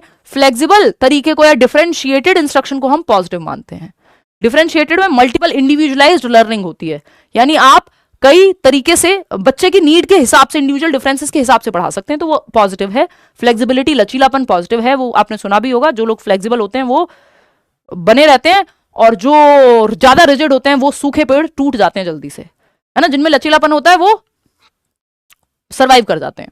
तो अगर हम स्टैंडर्डाइज्ड या रिजिड इंस्ट्रक्शन की बात करते हैं तो ये नेगेटिव है अपने आप में। To gain cooperation of students in classroom management are teacher should, आपको कक्षा प्रबंधन में छात्रों के सहयोग चाहिए, यानी क्लासरूम में मैनेजमेंट बना रहे, ठीक है ना, इनडिसिप्लिन क्रिएट ना हो। इसके लिए टीचर को क्या करना चाहिए? Establish strict and rigid classroom rules. देखिए, ये जो रिजिड है ये वर्ड ही अपने आप में नेगेटिव है, स्ट्रिक्ट वर्ड ही अपने आप में नेगेटिव है। Frequently complain to parents about students misbehaviour, हर चीज के लिए बाहर पेरेंट्स, टीचर, प्रिंसिपल, फलाना ढिमका, तुरंत आप देखिए ना, पहले आप क्या कर सकते हो? रेप्रीमेंड the students for not following the rules. ये रेप्रीमेंड भी अपने आप में नेगेटिव ही वर्ड है, पनिशमेंट के बराबर है कि फटकार लगा दो बच्चों में। Establish norms and rules for classroom in collaboration with students. तो आपने क्या किया? एक तो फ्लेक्सिबल तरीका अपनाया, एक स्टैंडर्डाइज तरीका नहीं अपनाया, सिर्फ पनिशमेंट की बात नहीं की, बच्चों के साथ आप ये फटकार नहीं लगाई उनको, है ना, कि पनिशमेंट नहीं लगाई, या एक ही तरीका नहीं अपनाया। आप बच्चों के साथ नॉर्म सेट कर सकते हैं कि भाई तुम क्या चाहते हो, है ना, कोलैबोरेशन में। तो वो कहेंगे थोड़ा हमें भी इंटरेक्ट करने का मौका मिले, आप भी सवाल पूछें, ग्रुप बनाएं, है ना, हमारी सीट फिक्स ना हो, रोटेशन में चलती रहे, तो फ्लेक्सिबिलिटी आ जाएगी वहां। ठीक, तो इतनी एक बात है ये कि आपको ना तो इंस्ट्रक्शन में और ना ही आपको, देखिए यूनिफॉर्म सिर्फ कपड़ों में अच्छी लगती है कि आपने रोज एक लेट्सलन की टी शर्ट पहन के आ गई, मैं चल जाएगा। स्कूल में सब यूनिफॉर्म पहन के आते हैं, अमीर बच्चा गरीब बच्चा सब एक जैसे दिखेंगे, चल जाएगा, समय भी बचेगा। लेकिन पढ़ाने के तरीके में यूनिफॉर्मिटी या स्टैंडर्डाइजेशन का मतलब ये एक ही तरीका सबके लिए। तो ना तो ये टेस्ट करने का तरीका बहुत अच्छा है, स्टैंडर्डाइजेशन या रिजिड हो जाएगा ना, ये सबके लिए एक जैसा हो जाएगा। फ्लेक्सिबिलिटी चाहिए, डिफरेंशिएटेड इंस्ट्रक्शन चाहिए, वेरिंग लेवल ऑफ डिफिकल्टी। आसान जिसको बच्चे को धीमे समझ में आता है उसको भी समझ में आ जाए, तेज को भी, मॉडरेट को भी। तो डिफरेंशिएटेड या इंडिविजुअल डिफरेंसेस का भी आप ध्यान रख पाए, फ्लेक्सिबिलिटी में हो पाता है, स्टैंडर्डाइज टेस्ट में या स्टैंडर्डाइज असेसमेंट में नहीं हो पाता है, इसलिए इसको नेगेटिव मानते हैं। कन्वर्जेंट थिंकिंग से आप कन्वर्जेंट थिंकिंग को आप अवॉइड करें। हालांकि कन्वर्जेंट थिंकिंग को आप ये नहीं कह सकते कि एकदम खत्म चीज है, इसका अपना एक पर्पस है। जैसे आप ये क्वेश्चन सॉल्व करेंगे तो आपको कन्वर्जेंट थिंकिंग लगानी पड़ेगी, क्योंकि कन्वर्जेंट थिंकिंग का जो संबंध है वो इंटेलिजेंस से है। लेकिन हम अपने एजुकेशनल सिस्टम में ये बात को प्रमोट करते हैं कि बच्चे में डाइवर्जेंट थिंकिंग बढ़े, उससे क्रिएटिविटी आएगी, बच्चा दिशाओं में सोच पाएगा। तो डाइवर्जेंट थिंकिंग जिसको हम कहते हैं डीसी साथ चलता है, ये शॉर्ट ट्रिक है, सीसी नहीं, यानी कन्वर्जेंट थिंकिंग और क्रिएटिविटी साथ नहीं जाते। डाइवर्जेंट थिंकिंग और क्रिएटिविटी, रचनात्मकता जिसको बढ़ावा देना हमारा धर्म है आज के समय में। नेशनल एजुकेशन पॉलिसी से लेके हर पॉलिसी यही कहेगी बच्चों को क्रिएटिव बनाओ, नई दिशाओं में सोचे, नोवल थॉट सोचे, फ्लेक्सिबली सोच पाए, आउट ऑफ द बॉक्स सोच पाए, है ना। तो कन्वर्जेंट थिंकिंग को हम बढ़ावा नहीं देते, इसका इस्तेमाल है अपना। जैसे आप ये सवाल जब चूज कर रहे हैं तो आप कई ऑप्शन से एक ऑप्शन पे जा रहे हैं जिसमें कन्वर्जेंट थिंकिंग या अभिसारी चिंतन सिकुड़ती हुई, यानी 4 ऑप्शन से एक ऑप्शन पे आए। डाइवर्जेंट थिंकिंग में आपको एक प्रॉब्लम दी गई, आपने ऐसे लिखा, अपने विचार कहे, वो दिशाओं में सोचना है, वो रचनात्मक सोचना है। सी ऑप्शन कह रहे हैं 84% लोग। चलिए देखते हैं। Typical identifying characteristics of creative children include. आपको क्रिएटिव बच्चा ढूंढना है जो दिशाओं में सोचता हो, जिसकी फ्लेक्सिबल थिंकिंग हो, जो डाइवर्जेंट थिंकिंग करता हो। डीसी, डाइवर्जेंट थिंकिंग और क्रिएटिविटी साथ जाते हैं। तो रिजिडिटी से तो आप बच ही जाइए, नहीं तो क्रिएटिविटी दूर दूर तक नहीं आएगी। अभी हमने पढ़ा था रिजिडिटी नेगेटिव होता है। हाई टॉलरेंस फॉर बोर्डम, यानी ये कैरेक्टरिस्टिक है कि बच्चा जो है वो हाई टॉलरेंस होगी उसमें बोर्डम के प्रति, हो सकती है। डाइवर्जेंट थिंकिंग या कन्वर्जेंट थिंकिंग, देखिए कन्वर्जेंट थिंकिंग से भी काम नहीं चलेगा। अगर हाई टॉलरेंस होगी बोर्डम के प्रति तो कुछ नया नहीं सोचेगा। तो बेहतर ऑप्शन इसको हम यूज कर सकते हैं, लेकिन इससे बेहतर ऑप्शन हमारे पास डाइवर्जेंट थिंकिंग है। दिशाओं में सोचना, बच्चे को क्रिएटिव होने के लिए दिशाओं में सोचना पड़ेगा, आउट ऑफ द बॉक्स सोचना पड़ेगा। सिंपल बात है। जॉय पॉल गिलफर्ड ने ये डाइवर्जेंट और कन्वर्जेंट थिंकिंग दी थी, और इसके बारे में वो कहते हैं कन्वर्जेंट थिंकिंग में आप सिकुड़ती हुई सोच है, कई ऑप्शन से एक ऑप्शन की तरफ आएंगे, और डाइवर्जेंट में दिशाओं में जाते हैं। डाइवर्जेंट को हम चाहते हैं कि बच्चे में बढ़ावा दें, क्योंकि इससे क्रिएटिविटी उभर करके आती है। अब बात आती है सेग्रीगेशन या ओनली की तरफ। जब आप ऑप्शन में अगर ओनली लिखा हुआ है या सेग्रीगेशन अलगाव लिखा हुआ है तो ये नेगेटिव है। इंक्लूसिविटी या समावेशन लिखा हुआ है तो ये पॉजिटिविटी है। ये पॉजिटिव टर्म है, ये एक पॉजिटिव वर्ड है। जहां आपको ये दिख जाए मतलब बात बन जाएगी, है ना। ये नेगेटिव है। सेग्रीगेट करना, बच्चे को अलग थलग करना नहीं, आपको बच्चे को इंक्लूड करना है। फोर्थ ऑप्शन डी कह रहे हैं 78% लोग। चलिए देखते हैं कथन क्या है। Only special children benefit from inclusive education. ये बात हम करके थक चुके हैं, और ये हर बार रिपीटेडली आ रहा है कई सालों से क्वेश्चन। बस भाषा थोड़ी सी बदल जा रही है, या कभी डायरेक्ट में आ जाता है, कभी कथन और कारक में आ जाता है। समावेशी शिक्षा से केवल विशेष बच्चे ही लाभान्वित होते हैं, ये कहना गलत होगा।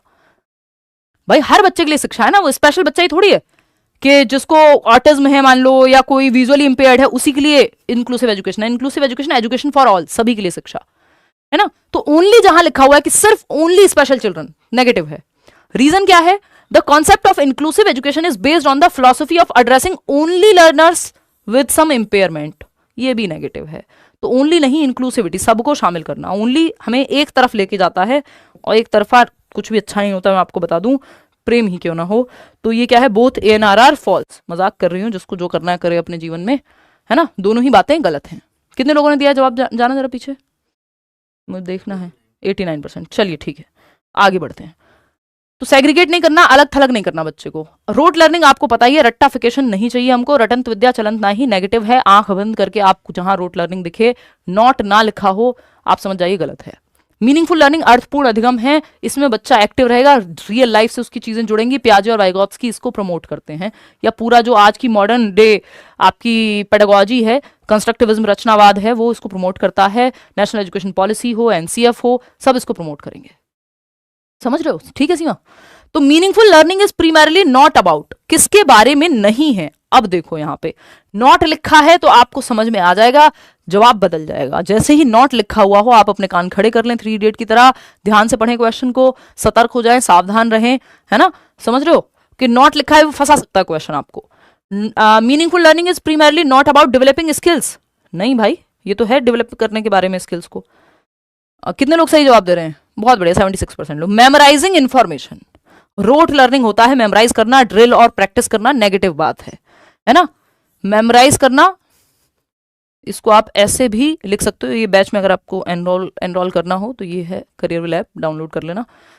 कई बैचेस हैं जो जिनमें admission KVS, NVS, D2+B, pedagogy special और CTET के बैचेस। एनीवे, तो आप देख रहे हैं कि रोट लर्निंग जिससे आपको बचना है नेगेटिव है। रोट लर्निंग के भाई बहन और कौन से हैं? रोट लर्निंग या फिर ड्रिल एंड प्रैक्टिस। 2 एकम 2, 2 दूनी 4। बस आपको लगेगा कि ड्रिल एंड प्रैक्टिस लिखा है तो पॉजिटिव है, बट नेगेटिव टर्म है ये। ड्रिल एंड प्रैक्टिस के बार बार आप सेम ही तरीके को रिपीट कराते रहो कि एक चीज को 100 बार लिखो, 50 बार लिखो, 20 बार लिखो, नेगेटिव है ये, पॉजिटिव नहीं है पेडागोजी में। आपने जीवन में देखा होगा, टीचर्स ने आपसे कराया होगा, but not the right way to teach और टू लर्न। तो रोट लर्निंग और ड्रिल एंड प्रैक्टिस और मेमोराइजेशन एंड रिकॉल, रटना, बार बार याद किए जा रहे हो आपको समझना है। Understanding is better than memorisation. तो वर्ड अंडरस्टैंडिंग जो है वो पॉजिटिव है, मीनिंगफुल लर्निंग पॉजिटिव है, rote learning, drill and practice, memorisation negative है। ठीक है ना। मेमोराइजेशन एंड रिकॉल इसके साथ, तो ये नेगेटिव ही है, क्योंकि आपकी ना कोई क्रिएटिविटी नहीं लग रही, आपके थिंकिंग प्रोसेस पे जोर नहीं पड़ रहा। और वो ऑप्शन बेटर है जहां बच्चा एक्टिव है, जहां उसकी थिंकिंग प्रक्रिया पे जोर हो। ठीक है ना। तो ये एक बात है, rote learning, drill and practice, memorisation और रिकॉल, ये तीनों नेगेटिव टर्म है। ठीक है, या 5 नेगेटिव टर्म है अगर आपको देखें तो। पॉजिटिव क्या है? मीनिंगफुल लर्निंग, एक्टिव है, जहां बच्चा सक्रिय है। तो मेमोराइज करना रट्टाफिकेशन है और ये सही नहीं है, और जो सही नहीं है वही सही है क्योंकि पूछा ही सही नहीं है। अंडरस्टैंडिंग द कॉन्सेप्ट, कॉन्सेप्ट समझना अच्छी बात है, पॉजिटिव है। कंस्ट्रक्टिंग नॉलेज पॉजिटिव है। तो आपको 3 चीजें यहां पॉजिटिव मिली कि स्किल को डेवलप करना पॉजिटिव है, अंडरस्टैंडिंग करना किसी कॉन्सेप्ट की पॉजिटिव है, नॉलेज को कंस्ट्रक्ट करना पॉजिटिव है। लेकिन मेमोराइज करना या जानकारी को सिर्फ याद करना, रट्टा लगाना, ड्रिल एंड प्रैक्टिस करना, वो नेगेटिव है। आगे बढ़ेंगे, क्वेश्चन नंबर ये 14 कर लिए थे हमने, हाँ 15 पे चलेंगे। जेंडर स्टीरियोटाइप, आपको बताइए आंख बंद करके, आपको रूढ़िबद्धता के साथ नहीं जाना है। जेंडर स्टीरियोटाइप क्या होते हैं? जो चली आ रही अवधारणाएं हैं समाज में, जनरलाइज्ड या प्री कंसीव्ड नोशंस हैं, वो एकदम फालतू हैं, वो लॉजिकल नहीं है। उनको खत्म करने की तरफ आपको काम करना है, कि ना कि उनको बढ़ावा देना है। बढ़ावा बिल्कुल नहीं देना है। जेंडर इक्विटी, फ्लेक्सिबिलिटी, इक्वालिटी, इनकी तरफ आपको जाना है। जेंडर रोल फ्लेक्सिबिलिटी होनी चाहिए, स्टीरियोटाइपिंग नहीं कि लड़के तो रोते नहीं हैं, है ना, और लड़कियां जो है वो स्पोर्ट्स में ना जाएं, या लड़कियां हैं तो सर्टेन तरह के कपड़े पहने, लड़के हैं तो मेकअप ना लगाएं। अब कई लोग कहेंगे हाँ ना ही लगाएं तो अच्छा है। ये हमारी और आपकी बायसनेस है, स्टीरियोटाइपिंग है। हो सकता है किसी लड़के को मेकअप लगाना पसंद हो, समझ रहे हो बात। तो the behaviours, interest, attitude, skills and personality. अब मुझे पता है कई लोग पीछे से बैठ के कह रहे हो कि आप ही हो जाओ इतने मॉडर्न, हम तो नहीं हो पाएंगे। हो जाओगे, ट्राई करो, है ना, थॉट में तो हो ही जाओ, कपड़ों में बेशक मत हो। देखो, तो the behaviours, interest, attitudes, skills and personality traits that our culture considers appropriate for specific gender are referred to as dash and are dash. फटाक से जवाब दो, 47% लोग। व्यवहार, रुचियां, दृष्टिकोण, कौशल और व्यक्तित्व लक्षण जिन्हें एक संस्कृति विशिष्ट जेंडर के लिए उपयुक्त मानती है, कि ये इंटरेस्ट लड़कियों के होने चाहिए, कि उनको तो खाने में, रंगोली में, फैशन में, इन सब में इंटरेस्ट ही होना चाहिए, है ना। और बिहेवियर्स, कि एक सर्टेन तरह से लड़कियों को बात करनी चाहिए, सॉफ्टली बात करनी चाहिए, है ना, उनको शर्माना चाहिए, फलाना ढिमका, ये वो उल्टे जवाब नहीं देने चाहिए, ठीक। एटीट्यूड ऐसा होना चाहिए, ये स्किल्स आनी चाहिए, खाना बनाना तो लड़की को आना ही चाहिए, लड़के को क्यों नहीं आना चाहिए भाई, उसे भी सिखा लो, है ना। And personality traits that our culture considers appropriate for specific gender. और पर्सनैलिटी ट्रेट्स जैसे करेज लड़कों से जोड़ दिया जाता है, केयर होगी तो लड़कियों से जोड़ दी जाएगी, जो कि दोनों ही लोगों में सारे ट्रेट्स पॉसिबल होते हैं। किस ट्रेट को बढ़ावा दिया गया है और इंडिविजुअल डिफरेंस का भी मामला है, ठीक है ना। तो अगर हम देखें for specific gender are referred to as, अब ये जो आपने स्किल्स, एटीट्यूड, पर्सनैलिटी ट्रेट, इन सब को जोड़ दिया किसी स्पेसिफिक जेंडर से, तो ये जेंडर रोल हो गया, और यही बाद में जाकर के स्टीरियोटाइप बनेगा बाद में। जेंडर रोल, जब आपने जेंडर रोल को ये कह दिया, थोप दिया, तो फिर वो स्टीरियोटाइप एक ना एक दिन बनना ही है। एंड आर कल्चरली डिफाइंड, अलग अलग कल्चर अलग अलग तरह से जेंडर रोल्स को डिफाइन करता है। हो सकता है जो इंडिया में हम नॉर्मल मान रहे हैं किसी और देश में वो ना हो, या किसी और देश का नॉर्मल यहां का नॉर्मल ना हो, ठीक है। तो जेंडर रोल्स भी अलग अलग संस्कृति, अलग अलग समाज के हिसाब से बदल सकते हैं। तो और हमारे ही समाज में समय के साथ बदलते रहते हैं। तो एक ही ऑप्शन बचता है कि जेंडर रोल्स और कल्चरली डिफाइंड, ठीक है। बाकी यहाँ पे क्योंकि स्टीरियोटाइप का कोई ऑप्शन था नहीं, जेनेटिकली डिटरमिन नहीं होते, ये ध्यान रखिएगा, बायोलॉजिकली डिटरमिन नहीं होते, सोशली कंस्ट्रक्टेड होते हैं। तो आपको ये biasness, gender bias, gender stereotype, इनसे दूर रहना है, फ्लेक्सिबिलिटी की तरफ जाना है। क्वेश्चन नंबर 16 देखिएगा। ड्यूरिंग, ये एक और सवाल इस बार आया हुआ है। During play time at school Saurabh, 8-year-old boy picked a doll to play with. एक 8 साल के बच्चे सौरभ ने प्ले टाइम यानी गेम्स पीरियड के दौरान एक डॉल को उठाया खेलने के लिए। Some of his peers made fun of him, उसके जो दोस्त थे, उसकी उम्र के लोग थे, उन्होंने मजाक उड़ाया, हा हा लड़का होके डॉल से खेलता है। For his choice of toy as a teacher who wants his students to grow up with gender role flexibility, यही बात हम अभी कर रहे थे ना, कि आप वो टीचर हैं जो चाहते हैं कि आपके बच्चे जेंडर रोल फ्लेक्सिबिलिटी के साथ बड़े हों। भाई हो सकता है किसी बच्चे को डॉल पसंद आ रही हो, आधे लड़के तो जिनको पिंक कलर पसंद हो तो ना करें वो, क्योंकि इतना स्टीरियोटाइप कर दिया गया है कि लड़कियों के लिए पिंक कलर और लड़कों के लिए ब्लू कलर। स्टीरियोटाइप पे ठप्पा लगा दिया आपने, इंडिविजुअल डिफरेंसेस को खत्म ही कर दिया, समझ रहे हो ना। तो which of the following would be the best response to the situation by the teacher, यानी अब वो टीचर हैं आप जो लैंगिक भूमिकाओं के संदर्भ में लचीलापन चाहते हैं, जेंडर रोल में फ्लेक्सिबिलिटी होनी चाहिए, फिक्स नहीं होना चाहिए, क्योंकि समाज ने कह दिया है तो यही होगा एक जेंडर के लिए, है ना। लड़के भी रो सकते हैं या कोई भी रो सकता है, क्योंकि वो भी ह्यूमन ही है, नॉर्मल इमोशन है, तो ये फ्लेक्सिबिलिटी आपको चाहिए। Talk to Saurabh that dolls are suitable for girls and boys should not play with dolls. आप सौरभ को कहेंगे कि बेटा लड़कियां खेलती हैं गुड़िया से, आप तो मेरे गुड्डे हो, आप तो मत खेलो, रख दो इसको, बकवास बात, एकदम स्टीरियोटाइप को आप प्रमोट कर रहे हैं, ठीक।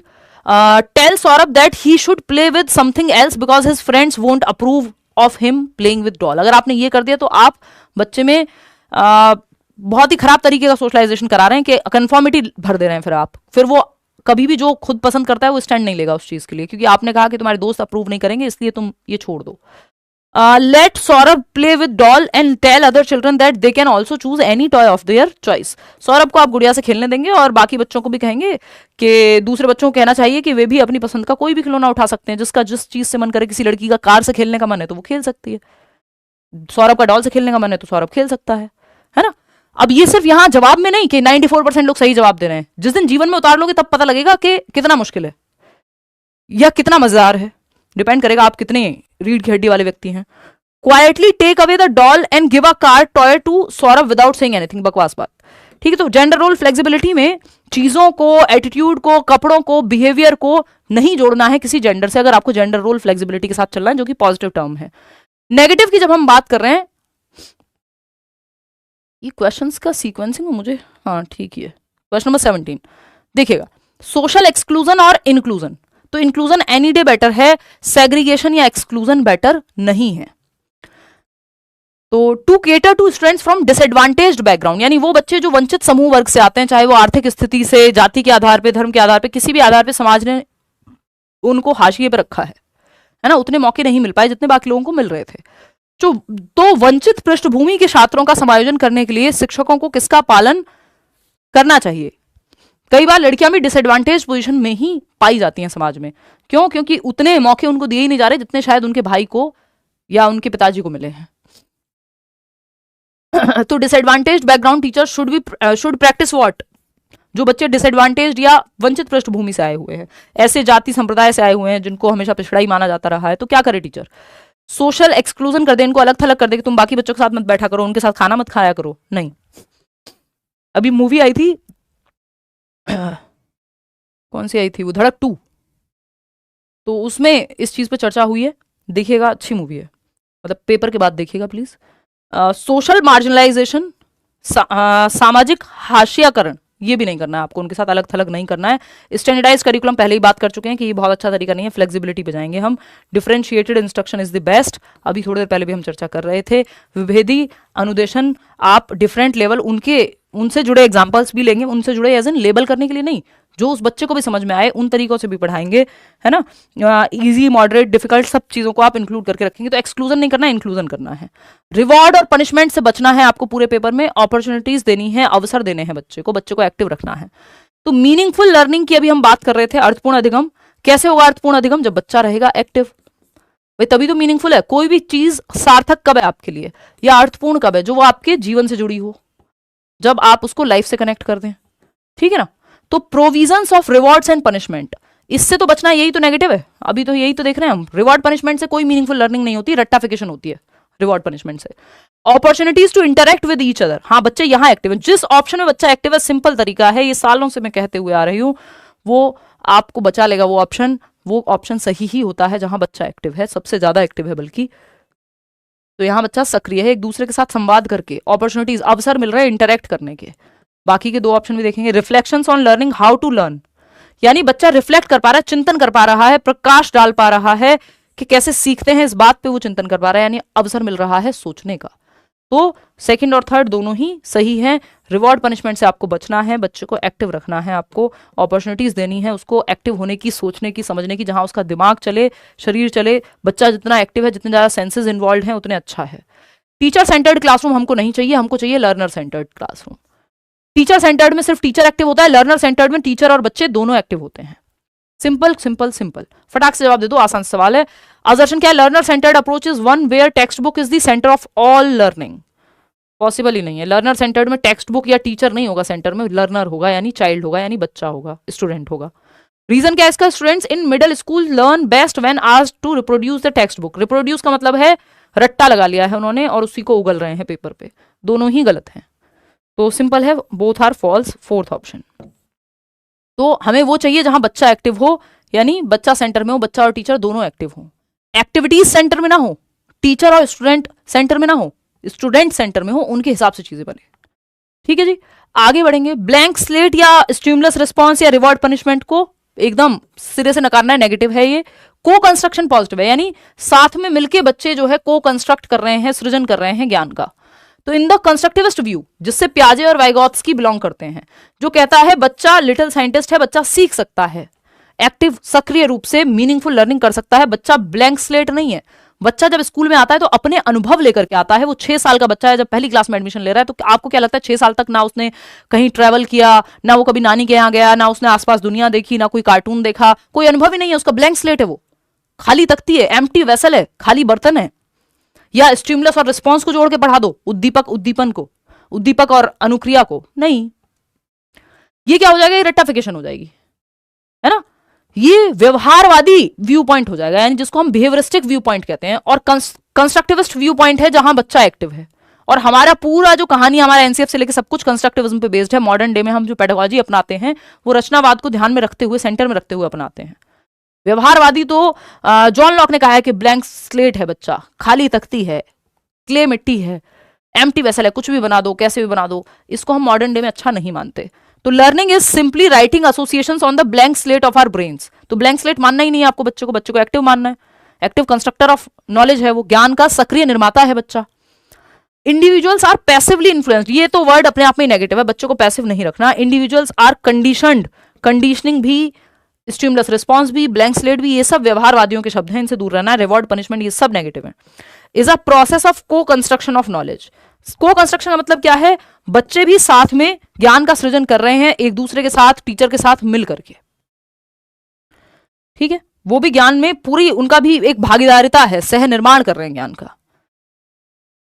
फियरफुल एनवायरमेंट, जहां भय का माहौल हो, है ना, बच्चे को छड़ियां पड़ती रहे, वो थॉर्नडाइक वाला term, spare the rod and spoil the child, वो नहीं करना है आपको कि डंडा हटाओ और बच्चा बिगड़ जाएगा। तो सुबह शाम वो वाले मास्टर नहीं बनना है पुराने जमाने में, है ना। हमसे पहली जनरेशन में यही कहा जाता था, मेरे तो मामा जी बताते हैं कि सिंपल कह दिया जाता था स्कूल में जाकर के कि हड्डी आपकी, सॉरी हड्डी हमारी, खाल आपकी, तो मतलब बस जिंदा छोड़ देना, बाकी आप कूट पीट के कैसे भी करना है कर लो सेट। ये तरीका सही नहीं है, बच्चे की सेल्फ एस्टीम और बहुत सारी चीजों पर इसका नेगेटिव प्रभाव पड़ता है। अब आप कहेंगे रियल वर्ल्ड में तो ऐसा ही होता है, ये वो आइडियली होना नहीं चाहिए। वो एक अलग बात है कि कई बार माहौल ऐसा होता है कि ये सब चीजें होती हैं, बट होना नहीं चाहिए, है ना। हम उस, और क्योंकि ऐसा नहीं है कि ये रिसर्चेस प्रॉपर हुई हैं जहां नहीं हुआ है और तरीके सही अपनाए गए हैं, अभी भी होता ही है of course, but not the right way. Corporal punishment तो राइट टू एजुकेशन एक्ट के तहत बैन है, बट बहुत स्कूल्स में आपको ये होता हुआ नजर आ जाएगा, कॉमनली दिख जाएगा आज भी, जो कि दुखद है अपने आप में, है ना। कंप्लेंट्स भी होनी चाहिए। एनीवे, तो फियरफुल एनवायरमेंट यानी भयपूर्ण वातावरण नहीं होना चाहिए क्लास में, कॉन्ड्यूसिव एनवायरमेंट होना चाहिए, नर्चरिंग एनवायरमेंट होना चाहिए, जहां बच्चा फल फूल सके एक पौधे की तरह, है ना। नर्चरिंग एनवायरमेंट होना चाहिए, एम्पावरिंग एनवायरमेंट हो सके, जहां बच्चा बढ़ सके, उसके लिए बेहतरीन माहौल, जहां वो अपने हाईएस्ट पोटेंशियल तक पहुंच सके। AQI 700 ना हो, है ना। एनवायरमेंट में सब कुछ आ जाएगा, चाहे वो साइकोलॉजिकल हो, चाहे वो फिजिकल एनवायरमेंट हो, समझ रहे हो। देखो आप हम क्या हवा पानी दे रहे हैं बच्चों को या खुद को। Fearful environment dash should be the basis for a conducive classroom environment. Dash जो है अधिगम के लिए उचित कक्षा वातावरण का आधार होना चाहिए। प्रिंसिपल्स ऑफ कंडीशनिंग से बचना है, रीइंफोर्समेंट, पनिशमेंट, इन सब से बचना है आपको। कंपटीशन पहले नेगेटिव है, हम बात कर चुके हैं। अब ये मत कह देना इंडिविजुअलिज्म लिखा हुआ है, भाई जब शुरुआत ही गलत हो गई तो बात खत्म हो गई। कोऑपरेशन एंड कोलैबोरेशन जो है वो पॉजिटिव है, सहयोग, और सेग्रीगेशन, लेबल करना बच्चों को अपने आप ही में ही नेगेटिव होता है। आगे बढ़ेंगे, एंटिटी व्यू और फिक्स्ड एबिलिटी व्यू, यानी लर्निंग का, ये इस बार का ही आया हुआ सवाल है, इस पर हम चर्चा कर भी चुके हैं, और इसका जो ऑफिशियल जवाब है वो भी हम चर्चा कर चुके हैं। फटाक से आप जवाब दो। हाँ,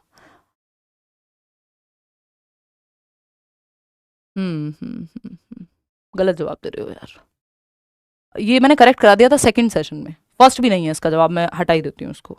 नहीं, फर्स्ट तो है, फर्स्ट तो है, चलेगा, ठीक है। अब आप सही दे रहे हो, 37% लोग। मैंने जान के इसको दोबारा डाला है क्योंकि कई लोगों के दिमाग में कंफ्यूजन बैठ गई है। हमने भी जब फर्स्ट डे हम वो 30 आउट ऑफ 30 कर रहे थे ना, तो ये डिस्कस कर लिया था, जो कि गलत नहीं है, हेरिडिटी एंड एनवायरमेंट, लेकिन क्योंकि हमारे पास उससे बेहतर जवाब यहाँ अवेलेबल है, टू बी प्रिसाइज अवेलेबल है, तो हम फिर जाएंगे उसी के साथ, और ऑफिशियल आंसर की भी आपकी इसी के साथ गई है। तो जब आप देखते हैं, academic performance and intellectual abilities gradually improve in children who leave deprived settings and enter enriched settings. The above argument points primarily towards which of the following debates of development, यानी उन बच्चों में अकादमिक प्रदर्शन यानी पढ़ाई लिखाई में भी वो बेहतर प्रदर्शन करने लगते हैं, बौद्धिक क्षमताएं भी उनकी सुधरने लगती हैं, धीरे धीरे सुधार आता है, जो वंचित परिवेश को छोड़कर समृद्ध परिवेश में प्रवेश करते हैं। यानी अच्छा माहौल अगर मिल रहा है तो इंक्रीमेंटली एबिलिटी जो है बेहतर हो रही है बच्चे की। मुख्य रूप से किसकी तरफ इशारा करता है? तो अब अगर आप बिल्कुल प्रीमैरली ही देखेंगे तो ये एंटिटी वर्सेज इंक्रीमेंटल व्यू है, आता ये हेरिडिटी एंड एनवायरमेंट के ही अंदर है कहीं ना कहीं, क्योंकि ये नेचर और नर्चर की ही डिबेट है अगर देखा जाए तो, क्योंकि एनवायरमेंट ही चेंज हुआ है ना at the end of the day. But उसके साथ जाना नहीं है, एक नंबर नहीं मिलेगा। एंटिटी वर्सेस इंक्रीमेंटल के साथ ही जाएंगे कि एंटिटी मतलब फिक्स्ड व्यू है, कि ये मान लेना कि क्षमता फिक्स्ड है, एबिलिटी फिक्स है, तो फिर तो कैसा भी एनवायरमेंट दे दो कुछ हो नहीं सकता, जो हेरिडिटी कहती है। लेकिन इंक्रीमेंटल व्यू क्या कह रहा है? इंक्रीमेंटल व्यू कह रहा है भाई बढ़ा सकते हो क्षमता। तो ये फर्स्ट के साथ जाइएगा इसको, ये फाइनल ऑफिशियल सब तरह से सर्टिफाइड जवाब है। अब इसमें हेरिडिटी एंड एनवायरमेंट गलत नहीं होगा, बट उसके साथ नहीं जाना है अगर एक नंबर हमको चाहिए। ठीक है, इफ एंड बट्स में नहीं जाएंगे और डिटेल हो जाएगा। तो फर्स्ट ऑप्शन हमें फिक्स्ड एबिलिटी नहीं माननी, एबिलिटी बढ़ाई जा सकती है, इंक्रीमेंटल है ये मानना है। डी कॉन्टेक्चुअलाइजेशन या कॉन्टेक्स्ट में पढ़ाना। डी कॉन्टेक्चुअलाइजेशन होता है संदर्भ से निकाल दो, किसी भी चीज को कनेक्ट करके मत पढ़ाओ, डिस्कनेक्टेड चंक में पढ़ाओ, बेकार बात, नेगेटिव टर्म। पॉजिटिव क्या है? कॉन्टेक्स्ट, संदर्भ में पढ़ाइए, जीवन से जोड़ करके पढ़ाइए, कनेक्ट कर दीजिए आप, तो बच्चे की जीवन से बेस्ट ही हो जाएगा, है ना। तो ये कॉन्टेक्स्ट में पढ़ाना, संदर्भ में पढ़ाना सही है, सिखाना सही है। डी कॉन्टेक्चुअलाइज या डी चंक, डिसकनेक्टेड चंक, यानी पहले चैप्टर से दूसरा चैप्टर कनेक्टेड ही नहीं है, तो वो कोई सेंस नहीं बनाएगा, फिर बच्चे को याद नहीं रह पाएगा, वो रट्टाफिकेशन में चला जाएगा फिर, तो ये नेगेटिव मानते हैं हम इसको। In order to facilitate meaningful learning, अगर अर्थपूर्ण अधिगम चाहिए तो कॉन्टेक्स्ट में पढ़ाओ, रट्टाफिकेशन कराना है तो डी कॉन्टेक्चुअलाइज या डी डिसकनेक्टेड चंक में पढ़ा दो। Which of the following elements of processing information is helpful? Decontextualisation negative है, पहले ही कह चुके हैं हम। इलैबोरेट करना, विस्तार में जाना, किसी चीज के संदर्भ को समझना, प्रॉपर डिटेल्स समझना, ये पॉजिटिव है। कितने लोग सही जवाब दे रहे हैं? 40% सिर्फ। स्टिमुलस रिस्पॉन्स कंडीशनिंग अभी बात की थी, ये नेगेटिव है। एसआर बॉन्ड, ब्लैंक स्लेट याद कीजिए, रिवॉर्ड पनिशमेंट, ये सब नेगेटिव है। डीकॉन्टेक्चुअलाइजेशन नेगेटिव है, रोट मेमोराइजेशन, रट्टाफिकेशन पहले ही नेगेटिव है, तो ऑप्शन ही एक बच रहा है पॉजिटिव, और इसमें भी आप लोग बस 40% लोग सही जवाब दे रहे हो, फिर कहते हो आसान सवाल है। 60% लोग गलत जवाब देके फिर कहते हैं आसान सवाल है। वाह वाह शम्पी वाह। चलिए, तो स्टैंडर्डाइज्ड यानी मानकीकृत परीक्षण, ऐसा थोड़ी रील्स आप ही देखते हो, हम भी देखते हैं भाई रील, बहुत लेट शुरू किया बट कर दिया है शुरू। देखिए, अगर हम देखें तो यहां पे जो है पीडीएफ मिल जाएंगे एक साथ सारी। अगर हम देखें तो यहां हमें एक चीज समझ में आ रही है, कल्चरली रिस्पॉन्सिव टीचिंग होनी चाहिए, यानी सांस्कृतिक रूप से रिलेट कर पाए आप बच्चे से। देखो इधर, अब मानकीकृत नहीं, हमको यूनिफॉर्म इंस्ट्रक्शन नहीं चाहिए, यूनिफॉर्म इंस्ट्रक्शन नहीं चाहिए, हमें सिर्फ एक मेथड से नहीं पढ़ाना है, स्टैंडर्डाइज तरीका नहीं चाहिए हमको, मल्टीपल वेज, या फिर हमको चाहिए कल्चरली रिस्पॉन्सिव वेज, यानी बच्चे की लाइफ से उसके कल्चर से जोड़ के पढ़ाओ। असर्शन क्या है यहाँ पे? Classroom pedagogy should be culturally responsive to meet the needs of students from diverse background, unity in diversity, हर तरह का बच्चा होगा, आपको सबकी नीड्स को फुलफिल करना है, पॉजिटिव है। अगर हम देखिए इसका रीजन क्या है, equity in classroom can be measured only through standardised curriculum, negative है, स्टैंडर्डाइज्ड करिकुलम नेगेटिव है, हमको कल्चरली रिस्पॉन्सिव टीचिंग चाहिए, तो दोनों नहीं, एक सही है इसमें, A is true but R is false, fourth option सही जवाब दे रहे हो 71% लोग। चलिए आगे बढ़ते हैं, एक दो सवाल और हैं आपके। जैसे हम, यार मुझे इतना डाउट क्यों हो रहा है, जैसे अच्छा ठीक है, मैं नंबर ही आज आगे पीछे हो जा रहे हैं दिमाग में। बायस से दूर रहना है आपको, डिस्क्रिमिनेशन से दूर रहना है आपको, स्टीरियोटाइप से दूर रहना है आपको, सब नेगेटिव हैं। इक्विटी, इक्वालिटी, सेंसिटिविटी, पैरिटी, ये सब पॉजिटिव हैं। बात सही है नहीं? चलिए, तो अगर हम देखें असर्शन क्या है, teachers should constantly examine their own attitudes and biases while working with children. भाई टीचर्स के भी तो अपने बायसेस हो सकते हैं, अपने पूर्वाग्रह हो सकते हैं, वो किसी जाति संप्रदाय समुदाय से आ रहे हो और उनको लगता हो यही सही है, उन्होंने अपने बायस बनाए हुए हों, तो अपने बायसेस पे भी आपको ध्यान देना कि कहीं बच्चे के साथ तो आप अपने बायस के चक्कर में कुछ पार्शियलिटी नहीं कर दे रहे हैं, है ना। तो बायस से तो आपको दूर रहना है, ये बात तो सही है, टीचर्स को भी देखना चाहिए उनके एटीट्यूड में तो कोई बायस नहीं है। रीजन क्या है इसका? The process of problem solving is hindered by functional fixedness, बात तो ये भी सही है, बट अगर आप इन दोनों के बीच में बिकॉज लगाएंगे, जो कल हमने बात की थी कि अगर आप ए और आर के बीच में बिकॉज लगा लें, अगर दोनों सही हों, उसके बाद अगर आपको टेस्ट करना हो कि आर ए के लिए सही है कि नहीं है, तो आपको समझ में आ जाएगा कि क्या कहानी है। क्योंकि लगा लो बीच में, क्योंकि सास भी कभी बहू थी, समझ में आ जाएगा आपको।